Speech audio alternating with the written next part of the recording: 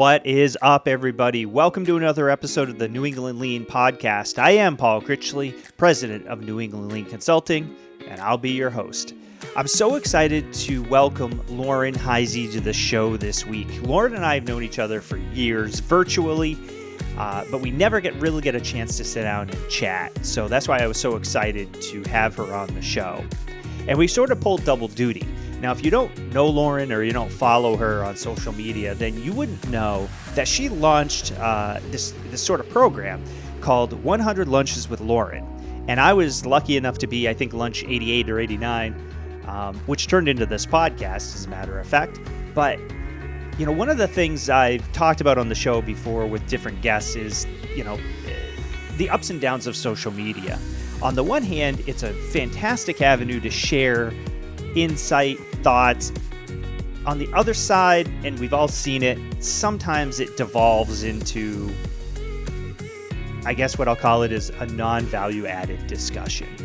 And I really applaud Lauren for coming up with a method to use social media to reach out to people, but then making a personal connection by just hopping on a Zoom call and really just talking with people, getting to know them. I think that's still the best, avenue, method that we have in order to, seek first to understand and then to be understood, which I know is a Covey thing, but I think that's a big part of respect for people. So as always, with this episode, I hope you like it. I hope you get something from it. Now, before I sign off, this is the week of the GBMP conference in Springfield, Massachusetts. If you didn't see my video from the Northeast DeLorean Owners Group, please check that out. It will be pinned on all of my and our social media profiles. We're going to be there live podcast recording. So stay tuned. And like I said in the video, if you don't subscribe to us on our social media accounts, please do. We're going to go live on Twitter and LinkedIn, YouTube, Facebook. So it should be a rocking good time. I'm so excited for it, and get back in person and see folks. So pumped for that too this week. Hope to see you there. If you are there, please stop by the booth and say hi. I might even get you to come on the show. All right, everybody. Thanks. Have a great week. We'll talk to you soon.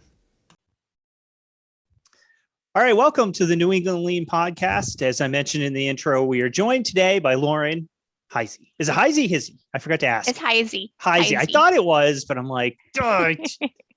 So I open my mouth and I'm like, dummy. Which is funny because we have, 130 mutual connections. And I know a bunch of people that know you and but you and I've never chatted before, which is weird. Right. Yeah, it is very weird. You know what? And this morning I just had a conversation with someone that I just met through Zoom, and we've been talking back and forth for a couple of years, and and we had probably the same connections. And yeah, it's interesting. It is funny. It's even now, and we're most of the way through 2021, and they're still, right? We still, have people that, we interact with just solely on social media, which you and I were chatting just before we hopped on about TikTok and all that fun stuff, which is a new platform for me. I just jumped on recently. And like I mentioned, it's basically because of my 16-year-old and my 13-year-old daughters. They're both on it.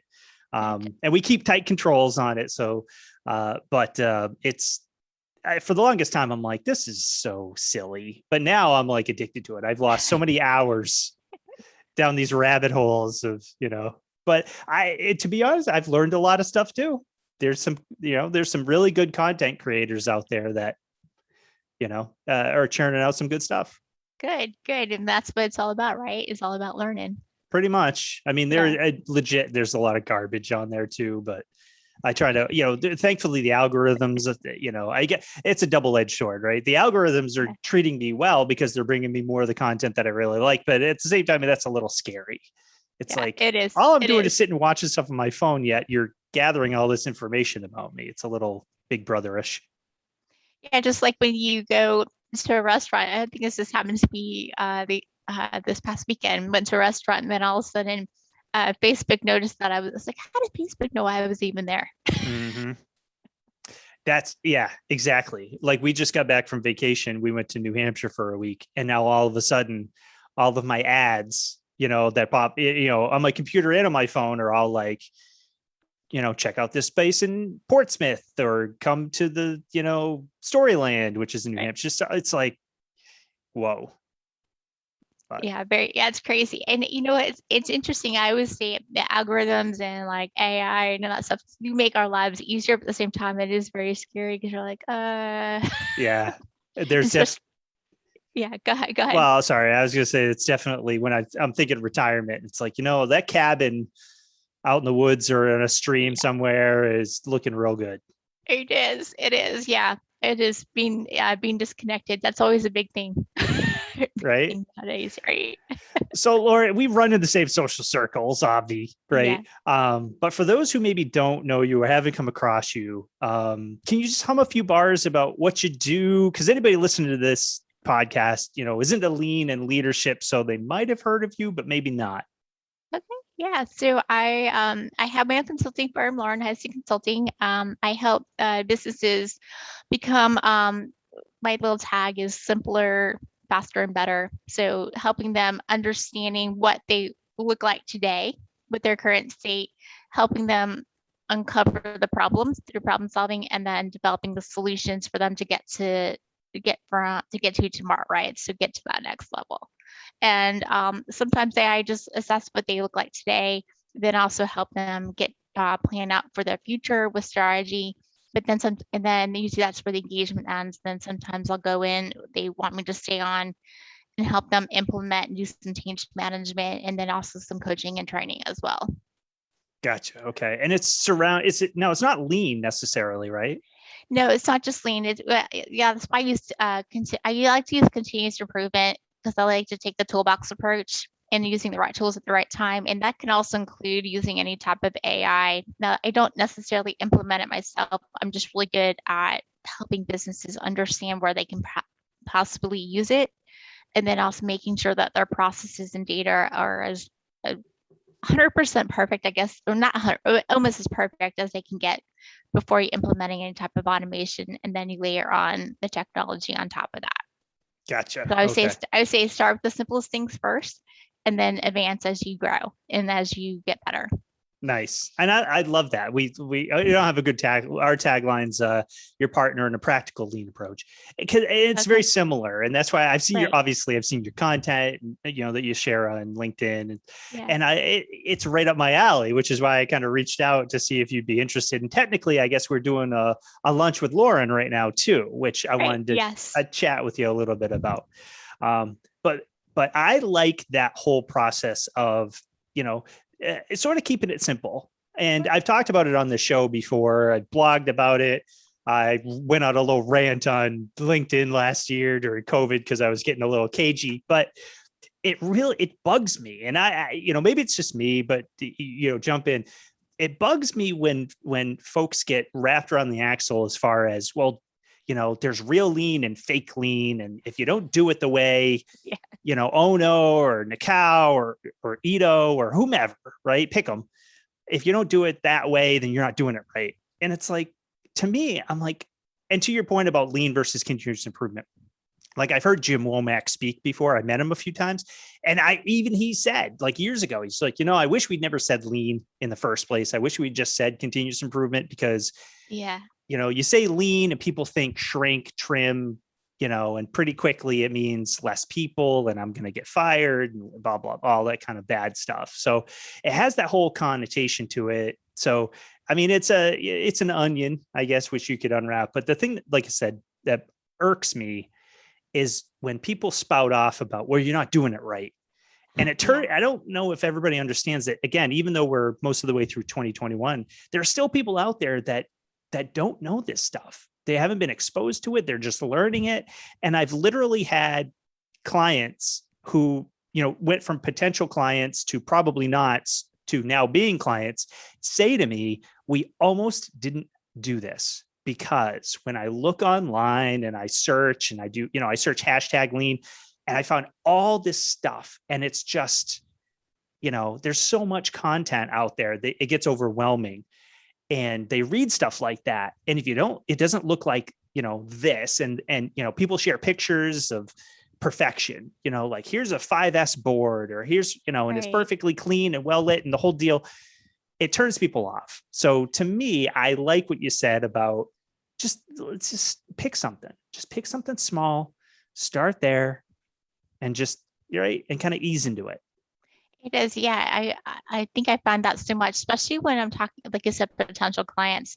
All of a sudden they're like, "Oh, we don't need Six Sigma," and I'm like, "No, I'm not talking about Six Sigma. I'm talking about helping you just make your business better, right?" So that's why I changed my tagline to be simple, faster, better. Because yeah, let's start with something simple first. And I usually potential clients, I'm like, just start somewhere small and see if it works well, see if the engagement, see how we kind of mesh and partner well with each other, and then let's get faster and better. And yeah, it's always about starting with the simplest things first, because that was the other thing that irks me with people with AI. Automation has been around for years. It's not anything new. My husband's been doing automation for probably 20 some of the better years that we've been together in some shape or form. But it's interesting because now it's like these new flashy tools, and we have to implement AI and we have to do data science. Like, no, let's start fixing your processes first, getting your people on board, and then let's entertain that idea.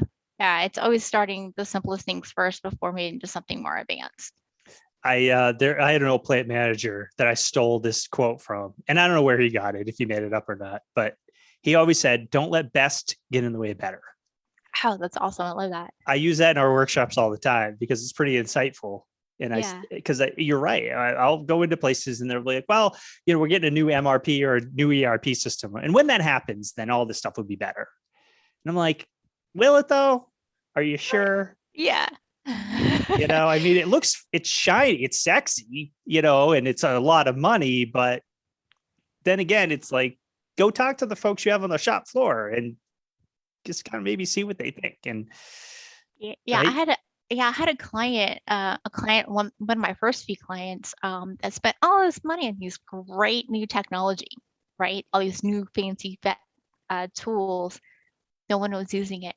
And they're like, "I don't understand." I said, "Well, did you build a new process or improve your processes to accommodate this new tool?" "No, we just put it into place." "Oh, and by the way, they can still use the old process." Well, there you go. Yeah. They're comfortable with that. They don't want to change. And said, "Oh, by the way, did you even ask them if what the problem, why they weren't using it?" "No, that's why we brought you in." Okay. Yes, I had to say, we had a client that they had like a rework process, which obviously is bad. I know half the people listening cringed a little when I used that word. Right. But and same deal.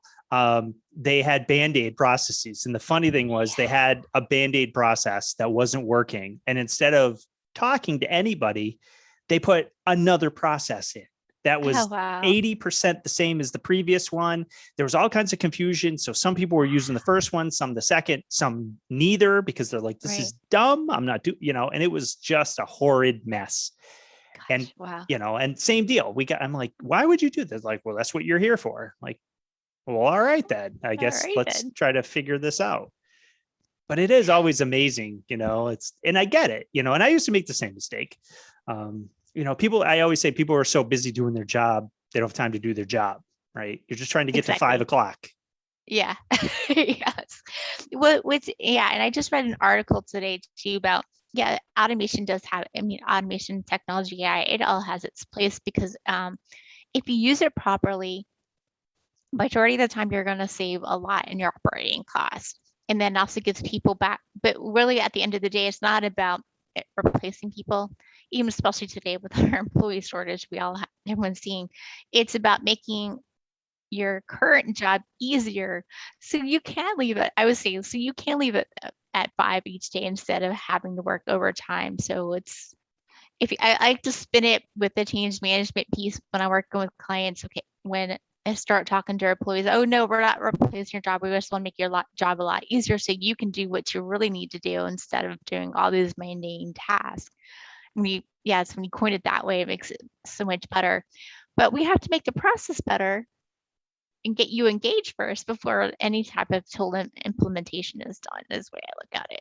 Yep. Agreed. 100%. And, it seems so obvious, I guess, right? When you say it Yeah. out loud and, we'll explain it to clients and they're like, yeah, that sounds good. And it's just, sometimes it's interesting to me. It's like, geez, I mean, and I'm very thankful for it. We built a whole business on it. But it's Right. always interesting to be like,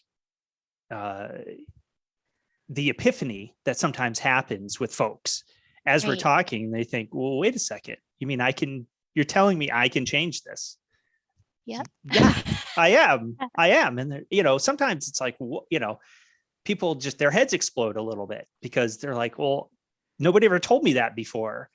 Even though it's like, sometimes it's just, misunderstood assumption maybe, or, because we still battle, right? The old command and control style, which is, Right. I need a manager to tell me what to do. I need a manager to tell me, what, when I can do things. And, a lot of our clients are manufacturing, so they still use bells and stuff, ding, it's 9:00, it's break time, Oh wow. so there's still kind of that. So sometimes we bump into that a little bit too, Gotcha. Yeah. you know? Yeah, it's different. So yeah, I've seen this. I work more with, I've done more services or even with the front office and back office. And it's not always, the breaks aren't always as clear. So yeah, it's different. It's different. And then of course, the other thing I find too is that, especially when you launch a product, people don't ever plan for the future and don't plan, expect the growth to happen as fast as it does. It always gets them a lot faster than they realize. But then the other thing you find out is most of the time people aren't even in the right place doing the right job. So like you gotta move processes and position, not the same positions have to move around, but you have sales folks doing operational work, operational folks doing sales work. I'm like, no, that's not what you're here for. Right. Underutilized, that's a waste, right? Underutilizing talent, I like to call it. Right. Yep. Yeah. So Laura, I wanted to ask you too. So you have I don't know, series program, Lauren's 100 lunches. Yes. Where did that come from? How did you come up with that? So this came from a connection that I made last year with someone, and they're part of Women in Lean, and she embarked on this journey of meeting 100 lunches with strangers. And so the whole move, it actually started with a young lady named Kelly Chu out of Australia. And what happened there was that she realized, like, she was from, I forget what Asian country she was from, but she went to school in Australia, and she did this whole TED talk on it. Like, she realized her whole network was people like within her little network, right? Her own little community. And she was realizing she needed to expand her network.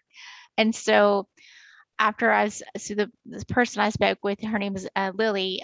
She's over in the UK, and I'm like, and it just dawned on me, during the pandemic, right? All networking events stopped, and I'm like, well, how am I supposed to meet people to grow my business?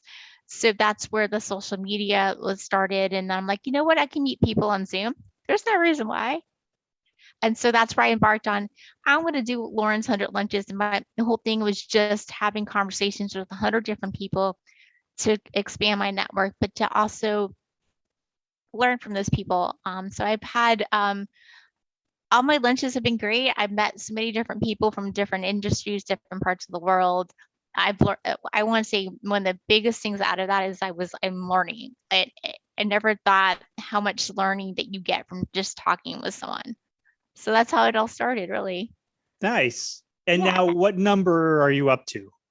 I think I'm gonna hit. Let me think. I think I'm gonna hit. So I think I just put smart. I'm about to hit 90. Okay. So I have 10 more to 100. And I'll get that in the next couple of months. It just, things are I've gotten a little busy, so it's a little bit harder. I've only met a few people in person here in the Atlanta area, but then some people rather just meet over Zoom because it is really easy to meet over Zoom Right. instead of trying to drive somewhere. But yeah, I think after 100, I'm going to continue with it because it's a great avenue to meet people, and there's nothing behind it. There's no selling. There's no, oh yeah, you're going to be a potential client. No, I just really want to meet you and learn more about you. And if something comes of it, it does. If not, I have a connection and a friendship through it. Nice. And that's I give you a lot of credit because I've never seen anybody do anything like that before. And we kind of started talking about the social media stuff, and Yeah. I feel, and like anything else, it has a lot of advantages like AI and automation, but there's some disadvantages too. There's stuff gets lost in translation. Yeah. I am ashamed to admit that I've gotten in my fair share of Twitter arguments, over stupid things with people I'm never going to meet ever, you know. So there's that piece of it too. And I just wonder sometimes, are we losing, like in Lean, we talk respect for people, right? We Right. talk Gemba and Gemba walks. It's like, you got to go where the work happens, meet people where they are. And Yeah. I think with your 100 lunches, you're much better to do that versus, putting a post up on LinkedIn, having comments, replying to the comments, and I don't know if it's a social media thing or it's our society or what, but there's just so much contrarianism, if that's a word. Yeah, And there it's just, is. why? I just, where I think we're much better off having, like you and I right now, we can see each other, we're having a conversation, and you could Right. say, I hear what you're saying, Paul, but did you ever think of it this way? And even after we're done here, you and I now have a relationship that we've Exactly. chatted, it's like, now I know you're married, I'm married, I have kids. It's like, we're more of a real person. And I wonder if I feel like there's a parallel there with Lean, right? Versus us, them, management, ivory tower, shop floor, all that kind of stuff. Yeah, there is a big, so when people hide behind, I would say people hide behind social media, and maybe when they are hiding, it's a little bit easier to do that. But I think the real connection is when, even if we are not in the same room, the video gives us that chance to have that real connection and get to know people on a more personal level versus, you know, being on social media or behind emails. Like, right, for example, when I worked at Nielsen, Nielsen was really big, at least my team was, on meeting virtually. So a lot of people I maybe never met in person. But you know what? I got to know them very, very well. And by getting to know them very, very well, then you develop those relationships. And that's the same when you talk about Gimmo Wax. A lot of times I've seen some people say early in the pandemic, oh, we can't consult, we can't do Gimmo Walks. You know what? I would say, no, that's not true. Because I can tell you, when I worked at AT&T and at Nielsen, this is even before at AT&T, before video became a big thing, we had to do a lot of conference calls, and had constraints with, travel and people being in different parts of the world, and it was too expensive for everybody. And always for a Kaizen event, I did a lot of that virtually. And yeah, it might be a little hard, might take a bit longer, but you could still have that connection and meet people and go to Gimba and see what they do, or just listen. It's not always, especially in a service when it's service oriented and people are just on the computers. There's no reason why you have to go sit with them at the computer all day. You could spend a couple hours on the phone with them, like, or a video, and learn so much. Mm-hmm. Right. Yeah. Now, during COVID, now how long have you been consulting out on your own? 2.5 years. Okay. So you started before COVID showed up. Yeah, I did. All right. So I got to believe, like all of us, you had to pivot a little bit Yeah.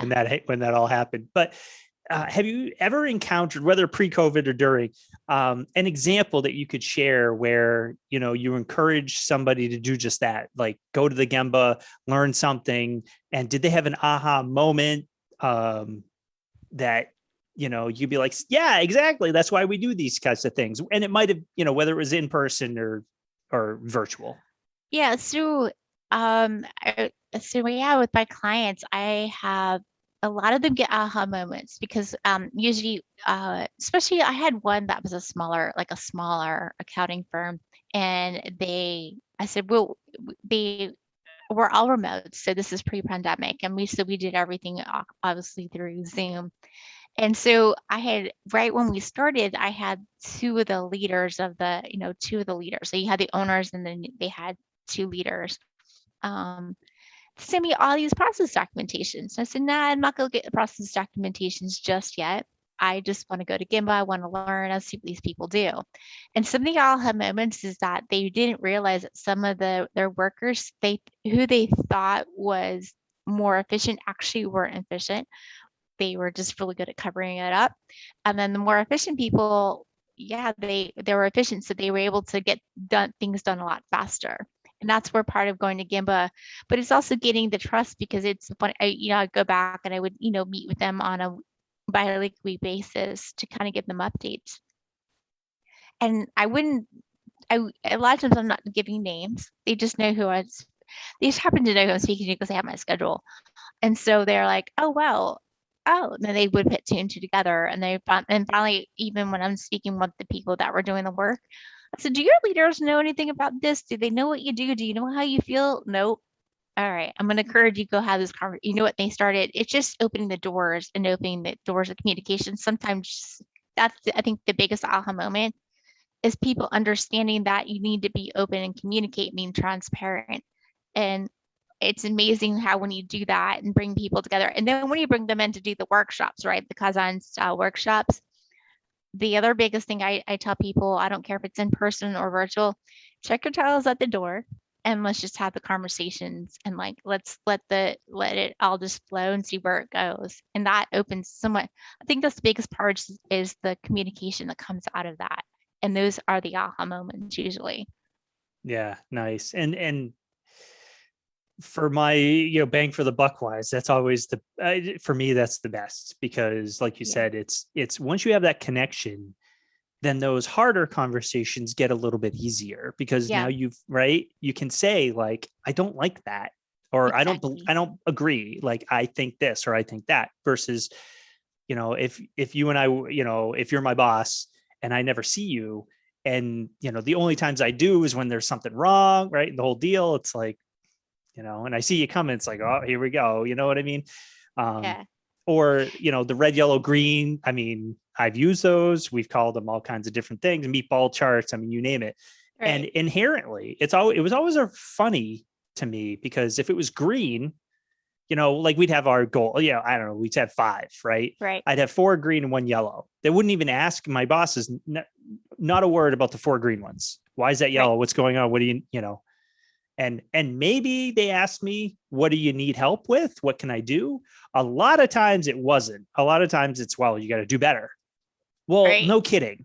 Like, like, really, I don't need you to tell me that. Like, we're struggling with this. My team is that, or, we don't have enough people, or we're Right. overworked, or, there's an issue. I need help as a manager, right? Your job is to remove roadblocks so I can do my job. And Exactly. you're not giving me that. Like, there's a story I've told here before, where every Thursday I'd have to go into this one VP's office at this one place I worked, and I was the project manager. And so it would be me and a couple other project managers from other teams. And every Thursday it was the same thing over, and it was just, he'd rip into us like you read about. Oh, And it was horrible. And it was never, and I only lasted there 45 weeks and I quit. okay. Wow. Which is, yeah, it just goes to show you how bad it was, in my opinion. And I never forget, like, my last day was a Friday. I get my 2 weeks, and I walked in Thursday, and the guy looks at me. He's like, "Oh, I hear you're leaving us." And I said, "Yeah." And he looked, he's like, "Why?" He looks at me and he's like, "But why?" I'm Wow. like, "Are you out of your mind? Like, why do you think?" And it was only Right. he and I at that point in his office. And I'm like, Tom, his name's Tom. I'm like, you've got to be kidding me. I'm like, I've come in here every week for like the last, whatever, 6-7 months. Every week it's the same thing. I'm like, you yell and you scream and you pound your fist literally on the table and tell me and all these other guys, folks, like how stupid we are and everything else. I'm like, do you realize never once have you asked us, what help can I give you? Right. And he just looked at me like, and it was this, I think shades of, I can't believe you're saying this to me. And who the heck are you to talk to me like this? Cause I'm a VP and you're a nothing. And I'm just like, you know what? You're not in my head. I'm like, you're not going to hear this. So Right.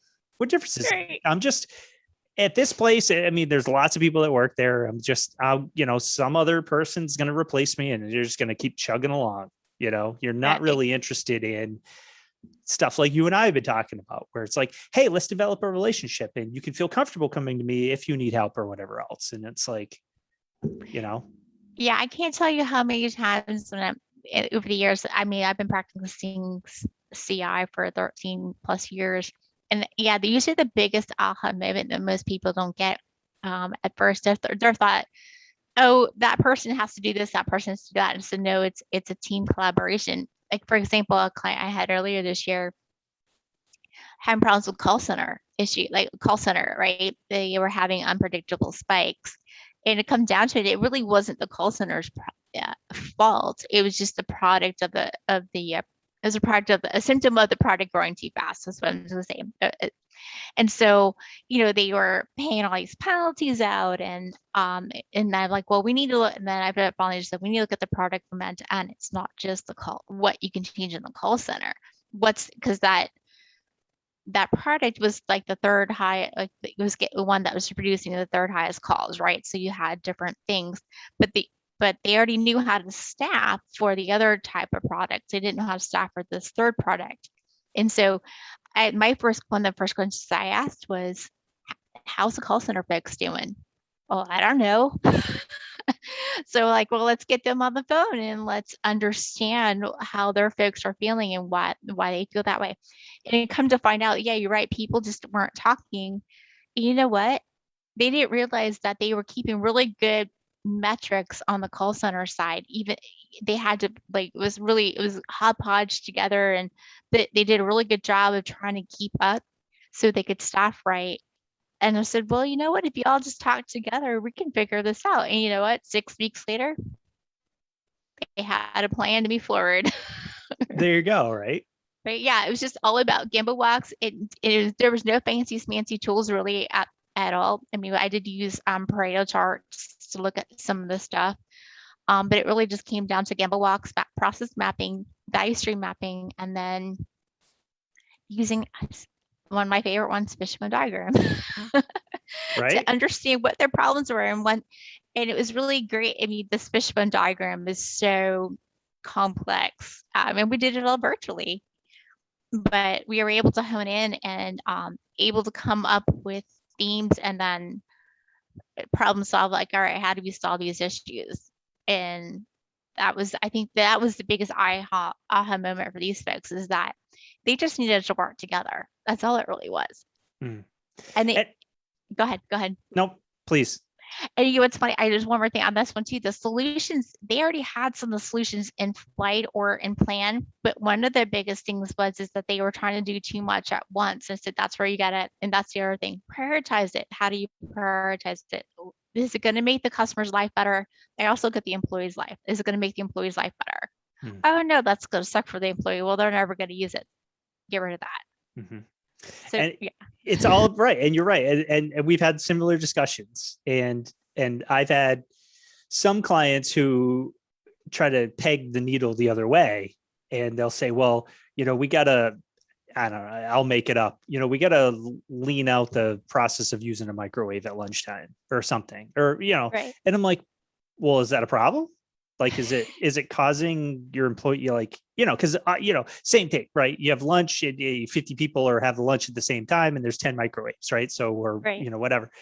But, and they're like, well, no, we stagger lunches and it's, like, we don't have any complaints. And I'm like, well, when I'm talking to the employees, and that doesn't ever come up. So don't worry about it. Right. And sometimes they'll look at me and they'll be like, but I thought we had to do lean. And I'm like, well, all right, well, if I'm getting nitpicky, you don't do lean, but just because, it doesn't mean you have to do everything. I think sometimes people get, Yes. they equate lean or continuous improvement to like ISO or quality management system stuff where it's like, Yeah. it has to be written down and that's the way we do it. And it's very prescriptive. And it's like, that's not No. what ISO says either, by the way, but Right. it's like, there's nothing like that. So you don't have to approach everything this way. To your point, does it affect your employees? Does it affect your customers? Right. If the answer to both of those is no, I would never worry about it. I would not let it keep me up at night. Let's focus on the other stuff that does cause Right. problems. Yeah, exactly. And I think one of the biggest things too that we see when I see talking to people or even clients is how fast can we implement something? Okay, great. Yes. But my next question is, do you have the money to implement it? And what's the competing priorities? Like, oh, I didn't think about that. I think nowadays, I think a lot of times people know how to get rid of the low hanging fruit pretty fast, but it's the next. That's where I think they probably bring you and I in is okay. We've done as much as we can by ourselves. How do we continue down that road? And then I said a lot of times when it comes to any type of technology, you're not implementing that tomorrow. It's going to be more of it's a long road. And so, yeah, that's one thing people are saying, oh, our digital transformation is really going well now because of the pandemic. I'm like, did you truly transform? Are you really, yeah, you solved an immediate problem now, but did you solve into the future? And that's where I always tell people it's not about solving the now, it's how do you continuously improve in the future? Because things change. Right.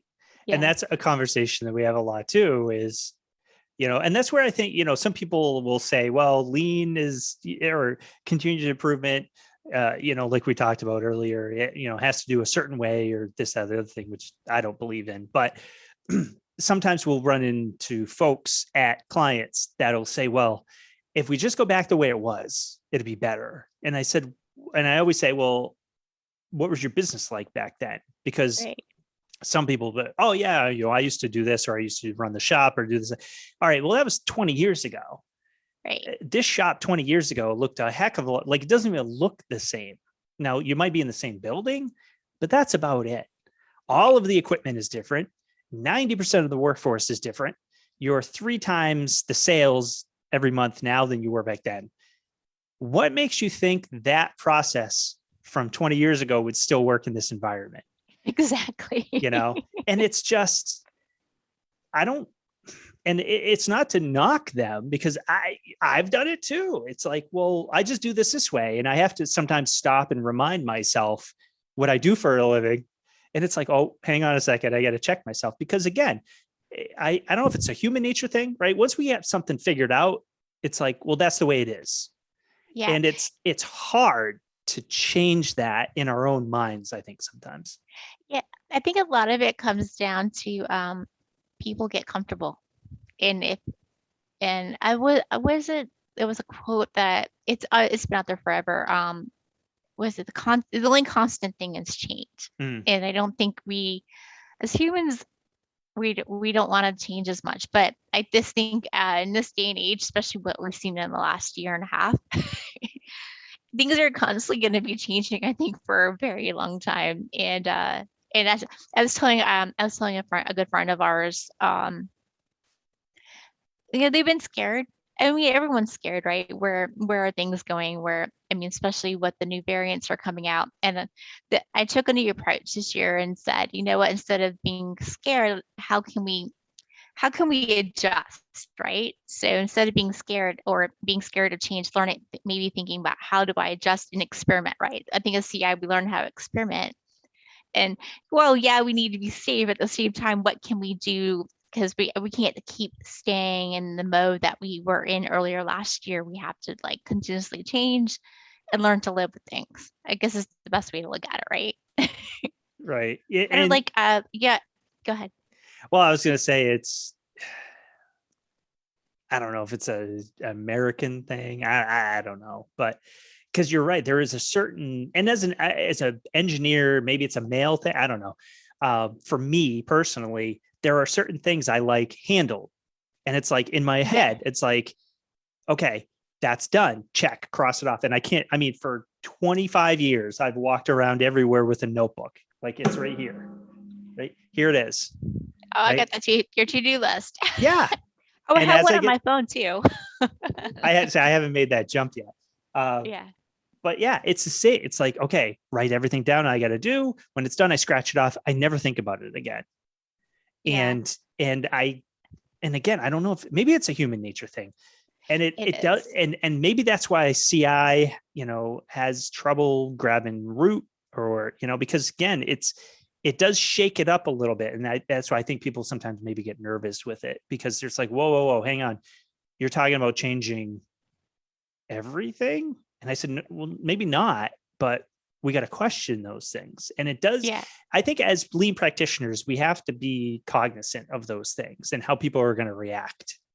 we do. And so I have a couple of potential clients I'm talking to right now that, well, actually pretty much all my clients fall into this. You're like, okay, this is what we need to do. Maybe let's start out small and then we'll grow big. And then I have a couple of potential clients that have come to me that they just landed into their role as a senior leader, right? Well, they've been senior leaders and they were in transition. Now they found something. And so you start talking to them. I'm like, how about you call me back, or let's reconnect in about 6 to 9 months, or maybe even 10, or maybe even a year later, because you have to make your own changes first in your organization to where you kind of want it.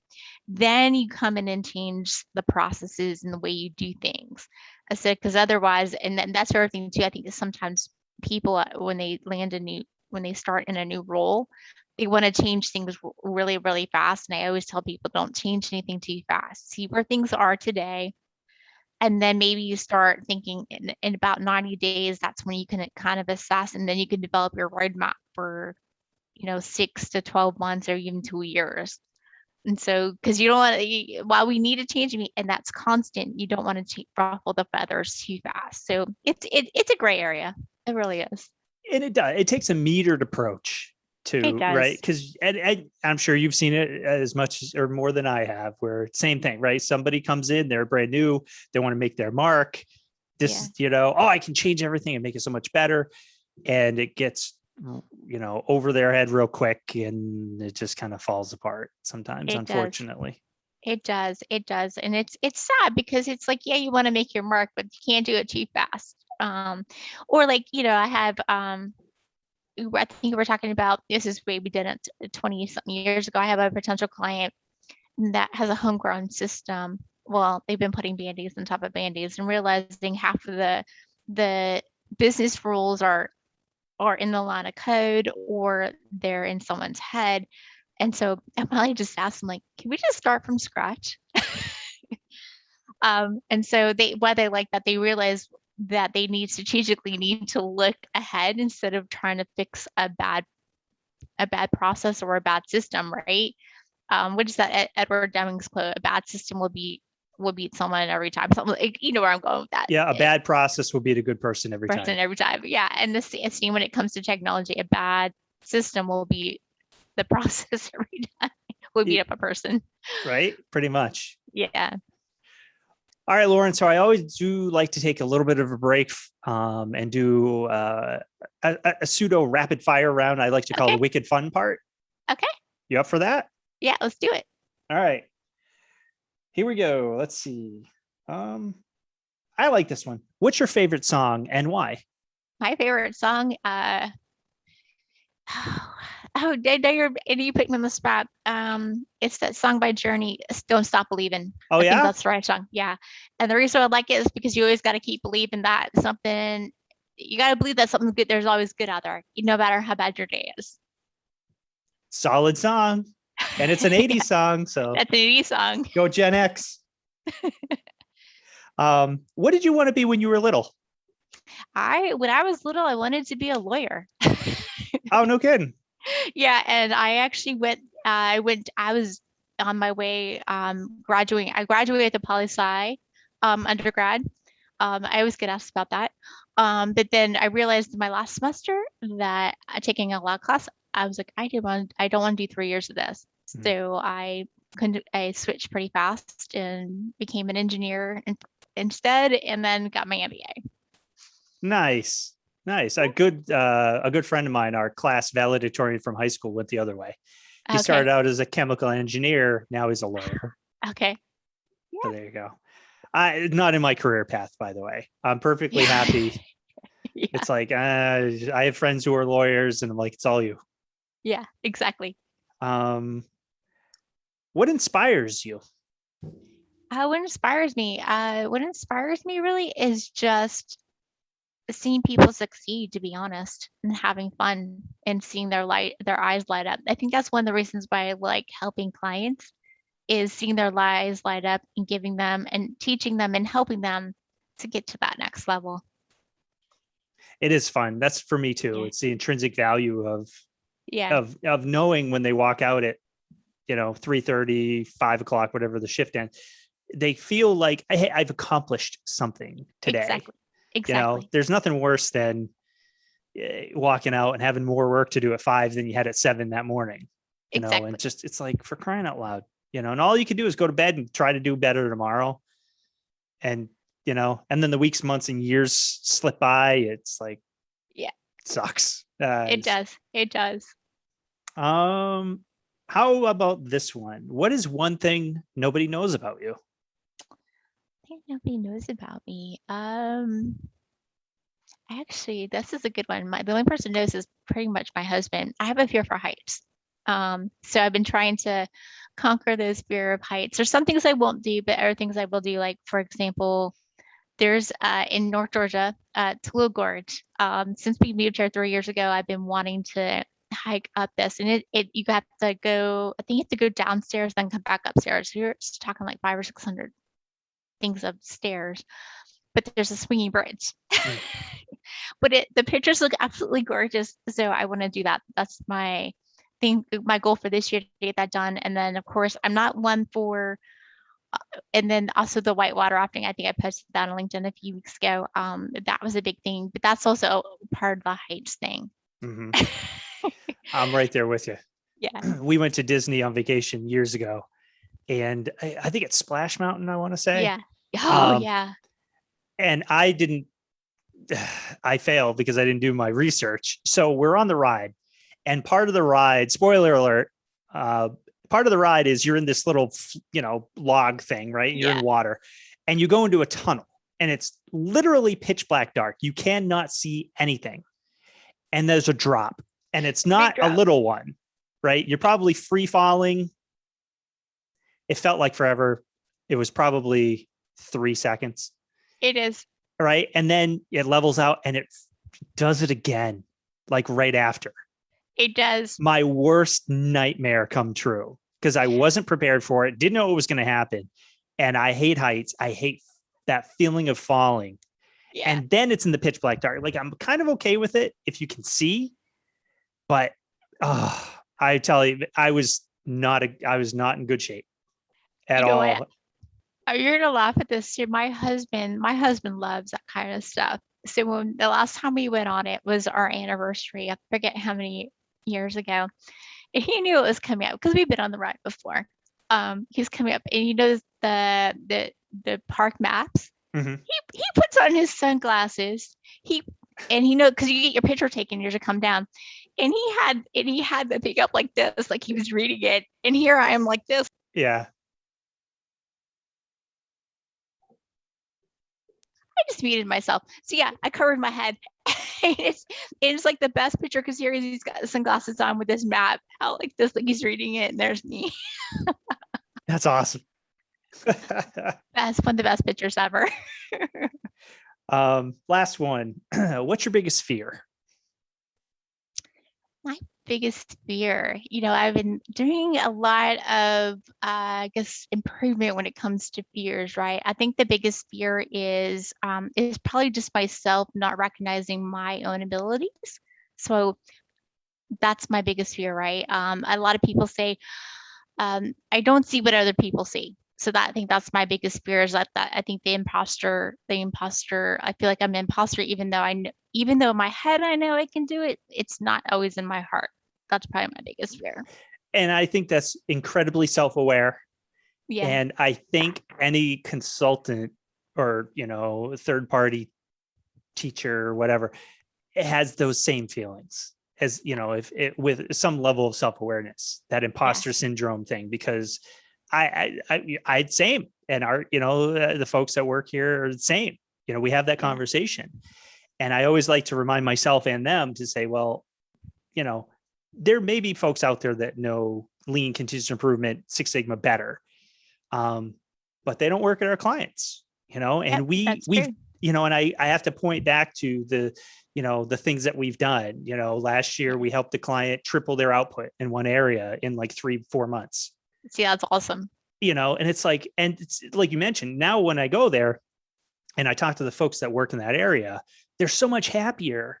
And it's, I just asked a lot of questions and I kind of gave them some ideas, but they came up with most of this stuff. Yep.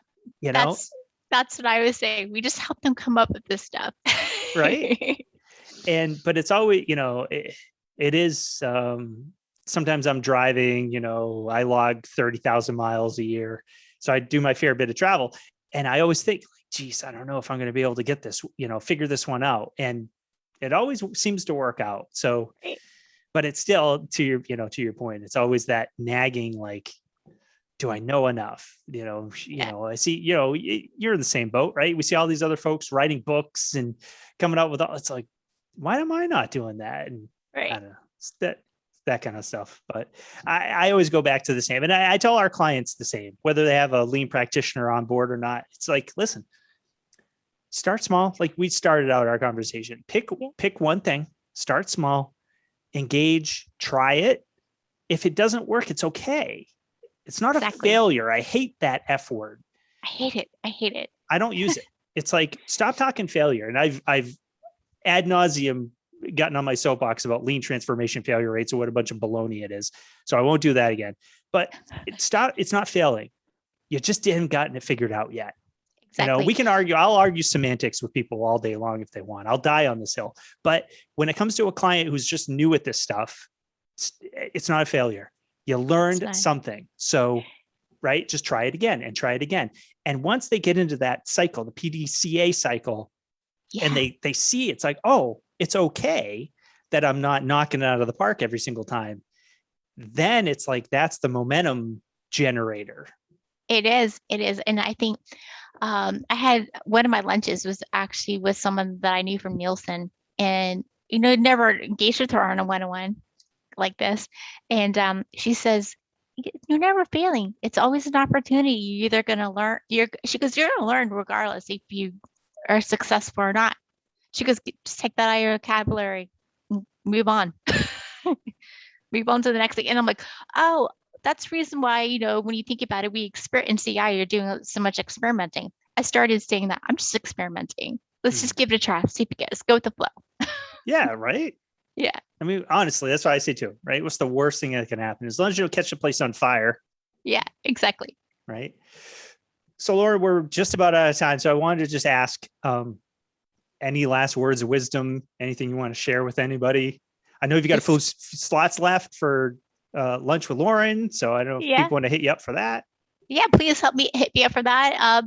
Just go out there, have fun, and try things out. It's really my biggest thing. Nice. Keep it simple.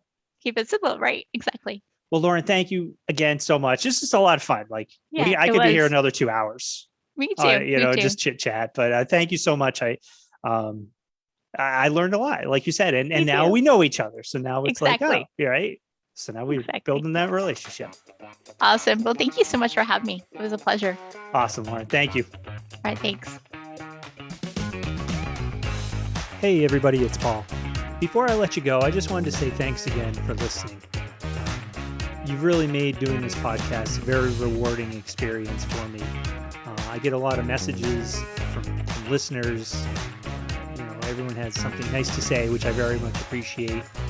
Of course, I'm always open to feedback on ways we can make it better. I mean, that's Kaizen, after all. And by no stretch do I claim to have got this all figured out. So if there's things that I could do better, please, by all means, feel free to reach out and let me know. And likewise, if there's somebody that you think would be a great guest, also let me know. There's a chance I don't know who those folks are.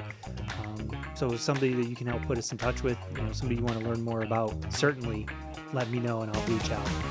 to those folks. But I hope you find the podcast fun and entertaining, educational, and maybe even a little inspirational, I hope. That's really what I'm going after with this whole thing. So thanks again. And one small ask, if you don't mind, if you'll listen, whatever your preferred platform is, if you could just, subscribe, give us 5 stars on Apple or whatever, again, whatever platform you listen to, it helps. The algorithms like it. So if you could do that for me, I would greatly appreciate it. And we'll talk to you real soon. Thanks, everybody.